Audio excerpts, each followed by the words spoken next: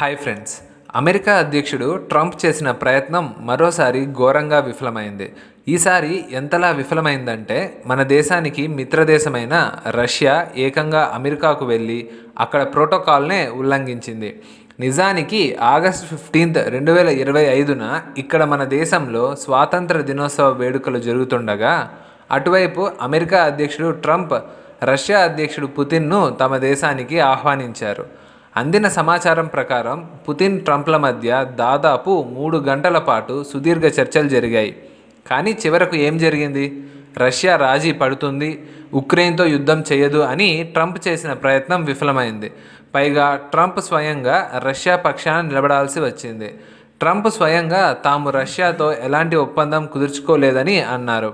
బదులుగా ఉక్రెయిన్ అధ్యక్షుడు జెలెన్స్కీనే బహిరంగంగా నిందించారు. దీనికన్నా ఆసక్తికరమైన విషయం ఏమిటంటే పుతిన్ అమెరికాకు వెళ్ళి ప్రోటోకాల్నే ఉల్లంఘించారన్న వార్త ఇప్పుడు బయటకు వచ్చిందా? అయితే ప్రశ్న ఏమిటంటే ఏ విషయంలో ప్రోటోకాల్ని ఉల్లంఘించబడింది? ఇది మన దేశం కోసమే ఉల్లంఘించబడిందా లేక దీని వెనుక ఇంకేదైనా ఉందా? అంతకన్నా ముఖ్యమైన విషయం, అమెరికా మన దేశానికి సుంకాల బాంబుతో నష్టం కలిగిస్తామని బెదిరిస్తున్న సమయంలో అమెరికాలో ట్రంప్ పుతిన్ల భేటీ మన దేశానికి ఏ విధంగా ఉపయోగపడుతుంది? దీని గురించి వివరంగా ఈ వీడియోలో అర్థం చేసుకుందాం. కానీ ముందుకు వెళ్ళబోయే ముందు దయచేసి ఈ వీడియోని లైక్ చేయండి, అలాగే మన ఛానల్ను సబ్స్క్రైబ్ చేసుకోండి. నిజానికి ఉక్రెయిన్ రష్యా మధ్య యుద్ధం ఇప్పటికీ ముగించకపోవడానికి కారణం ఇంకెవరో కాదు, అమెరికాయే. ఇందులో ఎలాంటి సందేహం లేదు. ఎందుకంటే ఒకవేళ అది వెనుక నుండి విపరీతంగా ఆయుధాలు సరఫరా చేయకపోయి ఉంటే ఉక్రెయిన్ రష్యా మధ్య ఇంత పెద్ద యుద్ధం జరిగి ఉండేది కాదు. ఇంతమంది అమాయకులు ప్రాణాలు కోల్పోయి ఉండేవి కావు. కానీ తేడా ఏంటంటే యుద్ధానికి ఆజ్యం పోయటానికి యుక్రెయిన్కి ఆయుధాలు సరఫరా చేయడం మొదలుపెట్టినప్పుడు అమెరికాలో బైడెన్ ప్రభుత్వం ఉంది, కానీ ఇప్పుడు ట్రంప్ ప్రభుత్వం ఉంది. మొదట్లో అందరూ కొత్త ప్రభుత్వం మన దేశం రష్యా పక్షాన బాగా ఉంటుందని అనుకున్నారు. ఊహించినట్లే మొదట్లో అమెరికా నుండి అలాంటి సూచనలే వచ్చాయి. అన్నిటికన్నా ముందు జెలెన్స్కీ ట్రంప్ల మధ్య జరిగిన సమావేశంలో వివాదం తలెత్తిన తరువాత అమెరికా యుక్రెయిన్కి ఇవ్వాల్సిన సైనిక సహాయం పూర్తిగా నిలిపివేసింది. కానీ కొద్ది రోజుల్లోనే ట్రంప్ మనసులో ఏమైందో ఏమో ఆయనకు ఒక భయం పట్టుకుంది. అదేంటంటే ఒకవేళ యుద్ధం ఆగిపోతే భారతదేశం రష్యాల స్నేహం మరింత బలపడి ఈ దేశాలు అమెరికాకు సవాలుగా మారవచ్చని. అందుకే ఆయన తన దేశ ఆర్థిక వ్యవస్థను కాపాడుకునే క్రమంలో సుంకాలు విధించడం మొదలుపెట్టారు. భారత్, రష్యా, చైనా వంటి బ్రిక్స్ దేశాలతో పాటు మరికొన్ని దేశాలను లక్ష్యంగా చేసుకున్నారు. ఆ దేశాలకు అమెరికా మార్కెట్లో నష్టం కలిగించాలని దీని వెనుక ఉన్న ఉద్దేశం. అయితే ట్రంప్ అకస్మాత్తుగా ఈ నిర్ణయం తీసుకోవడానికి కారణం ఏంటంటే భారతదేశం, రష్యా, చైనా, బ్రెజిల్, దక్షిణాఫ్రికా వంటి దేశాలు కలిసి బ్రిక్స్ పేమెంట్ సిస్టమ్ అనే ఒక కొత్త చెల్లింపు వ్యవస్థ తీసుకురావడానికి ప్రయత్నిస్తున్నాయని ఆయనకు తెలియడంతో అది అమెరికన్ డాలర్ స్విఫ్ట్ పేమెంట్ వ్యవస్థల ఆధిపత్యాన్ని అంతం చేయగలదని గ్రహించారు. ఇంకేముంది, ఈ పరుగులో ట్రంప్ ప్రభుత్వం పూర్తిగా కోపంతో రగిలిపోయింది. బ్రిక్స్ దేశాలను లక్ష్యంగా చేసుకొని సుంకాల మీద సుంకాలు, బెదిరింపుల మీద బెదిరింపులు, ఆంక్షల మీద ఆంక్షలు విధిస్తూ పోయారు. దీని ఉద్దేశం భారతదేశం, చైనా వంటి దేశాలు రష్యా నుండి చమురు కొనకుండా చేస్తే ఆర్థిక ఒత్తిడికి గురై రష్యా యుక్రెయిన్తో యుద్ధంలో ఓడిపోవాలని. అందుకే కొన్ని మాసాల తర్వాత ట్రంప్ మళ్ళీ యుక్రెయిన్కి ఆయుధాలు సరఫరాను మొదలుపెట్టారు. అంతేకాదు అమెరికా యుక్రెయిన్కి సైనిక సహాయాన్ని మాత్రమే మొదలు పెట్టలేదు.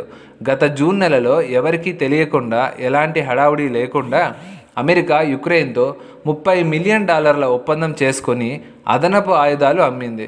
ఈ విషయం చివరికి తెలియంది కాదు. కానీ ఇటీవల ఒక ఆసక్తికరమైన విషయం జరిగింది. మీ అందరికీ తెలిసినట్టుగా ట్రంప్ మన దేశం మీద 25% సుంకాలు విధించారు. మరికొన్ని రోజుల్లో అదనంగా మరో 25% సుంకాలు విధించబోతున్నారు. అంతేకాకుండా బ్రెజిల్ మీద 50% సుంకాలు విధించారు. దీనికి కారణం ఒకటే, మన దేశం బ్రెజిల్, రష్యా నుండి వస్తువులు కొనుగోలు చేసి అమ్ముతున్నాయి. దీనితో పాటు పశ్చిమ దేశాలు కలిసి రష్యా మీద చాలా కఠినమైన ఆంక్షలను విధిస్తూ మన దేశపు రెండవ అతిపెద్ద రిఫైనరీ కంపెనీ అయిన నయారా ఎనర్జీని నిషేధించాయి. దీనివల్ల యూరోప్లో నయారా చమురు అమ్మకపోతే భారతదేశం రష్యా నుండి ఎలా కొంటుంది అని వారి ఉద్దేశం. కానీ మన దేశం వేరే దేశాల మార్కెట్లను వెతుక్కొని దీనికి ఒక పరిష్కారం కనుగొంది. ఇప్పుడు నేను మీకు చూపించబోయేది చాలా జాగ్రత్తగా చూడండి. ఇప్పుడు మీరు స్క్రీన్పై చూస్తున్నది టైమ్స్ ఆఫ్ ఇండియా రిపోర్ట్. ఇది ఇటీవల వచ్చింది. ఇందులో ఆగస్టు నెలలో మన దేశానికి రష్యా నుండి ముడిచమురు దిగుమతులు రోజుకు 2 మిలియన్ల కంటే 20 లక్షల బ్యారెళ్లు పెరిగాయని స్పష్టంగా ఉంది. అమెరికా సుంకాలు ఉన్నప్పటికీ రిఫైనరీ కంపెనీలు యథావిధిగా తమ వ్యాపారాన్ని కొనసాగించాయి. నేను మీకు చెప్పేది ఏమిటంటే, దీనికి ముందు నెల అంటే జూలైలో రష్యా నుండి ముడిచమురు దిగుమతులు రోజుకు 16 లక్షల బ్యారెళ్లు మాత్రమే ఉండేవి. అంటే అమెరికా, ఇతర పశ్చిమ దేశాలు ఈ అంకెలను చూసి ఆశ్చర్యపోతున్నాయి. అవి మన దేశం రష్యా మధ్య ఎంత ఎక్కువ దూరం పెంచాలని ప్రయత్నిస్తున్నాయో అంత ఎక్కువగా మన దేశం రష్యాకు దగ్గరవుతోంది. ఇక్కడి నుంచే అసలైన విషయం మొదలైంది. ట్రంప్ వ్యూహాలన్నీ విఫలమైనప్పుడు ఆయన ఇటీవల ఒక నిర్ణయం తీసుకున్నారు. అదేంటంటే, మనం పుతిన్ని మన దేశానికి పిలిచి నేరుగా మాట్లాడదామని అనుకున్నాడు. సరిగ్గా అదే చేశాడు. ఆగస్టు 15న ఇక్కడ భారతదేశంలో స్వాతంత్ర దినోత్సవం జరుపుతుండగా అటువైపు రష్యా అధ్యక్షుడు పుతిన్ అమెరికాలోని అలాస్కా రాష్ట్రానికి చేరుకున్నారు. అక్కడ ట్రంప్తో పుతిన్ భేటీ అయ్యారు. దాదాపు 3 గంటల పాటు సుదీర్ఘ చర్చలు జరిగాయి. అందులో అమెరికా ప్రధాన ప్రశ్న ఏంటంటే, రష్యా యుద్ధాన్ని ఎందుకు ఆపడం లేదు అని. కానీ రష్యా తన చాణక్యాన్ని ఉపయోగిస్తూ ట్రంప్ ముందు ఎలాంటి నిజాలు బయటపెట్టిందంటే, చివరికి ట్రంప్ కూడా ఓటమిని అంగీకరించారు.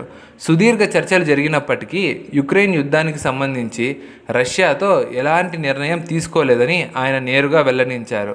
ప్రధానంగా వస్తున్న వార్త ఏంటంటే, పుతిన్ అమెరికాలో ప్రోటోకాల్ని ఉల్లంఘించారు. నిజానికి 2018 తర్వాత జరిగిన మొదటి ఉమ్మడి విలేకరుల సమావేశం ఇదే. ఈ సమయంలో పుతిన్ మొదట్లోనే ప్రోటోకాల్ను ఉల్లంఘించి తానే స్వయంగా మైక్ అందుకున్నాడు. దీని ఉద్దేశం స్పష్టం. మొత్తం చర్చ పుతిన్ షరతుల ప్రకారం ఆయన పద్ధతిలో మొదలవ్వాలని. విలేకరుల సమావేశంలో పుతిన్ అమెరికా, రష్యాల సంబంధాలను పొరుగు దేశాల సంబంధాలుగా వర్ణిస్తూ చరిత్ర, భౌగోళిక పరిస్థితులను ప్రస్తావించారు. ఆయన అలాస్కాలో ఒకప్పుడు రష్యా భూభాగం అని కూడా గుర్తు చేశారు. పుతిన్ తనను తాను అమెరికాకు ప్రత్యర్థిగా కాకుండా భాగస్వామిగా పరిచయం చేసుకున్నారు. ఆయన మధురమైన మాటలకు షాక్ తిన్న ట్రంప్ తల కూడా గిర్రున తిరిగింది. అయితే ఇప్పుడు రాజీ జరుగుతుందా లేదా అనేది యుక్రెయిన్ పైనే ఆధారపడి ఉంటుందని ట్రంప్ నేరుగా చెప్పారు. మొత్తానికి ట్రంప్, పుతిన్ల మధ్య జరిగిన చర్చల వల్ల ఉద్రిక్తతలు తగ్గితే మన దేశం మీద ఒత్తిడి తగ్గుతుంది. అలాగే మన దేశానికి దౌత్యపరమైన ప్రయోజనం లభిస్తుంది.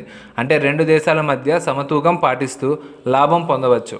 అంతేకాకుండా ప్రపంచంలో మన దేశానికి ఒక బలమైన మధ్యవర్తిగా, అంటే మీడియేటర్గా గుర్తింపు లభిస్తుంది. ఎందుకంటే మన దేశం ఎల్లప్పుడూ శాంతినే కోరుకుంటుంది, ఎప్పుడూ యుద్ధానికి ఆజ్యం పోయలేదు. ఫ్రెండ్స్, పుతిన్ ట్రంప్తో స్నేహం పెంచుకోవాలా? దీనివల్ల లాభం ఉంటుందా లేదా? దయచేసి మీ అభిప్రాయాన్ని కామెంట్ బాక్స్లో కామెంట్ చేయండి. ఈ వీడియో ఇంతే ఫ్రెండ్స్. ఈ వీడియో మీకు నచ్చినట్లయితే లైక్ చేయండి, షేర్ చేయండి. మరిన్ని ఇంట్రెస్టింగ్ వీడియోస్ మిస్ కాకుండా ఉండాలంటే ఛానల్ని సబ్స్క్రైబ్ చేసుకోండి. Thanks for watching.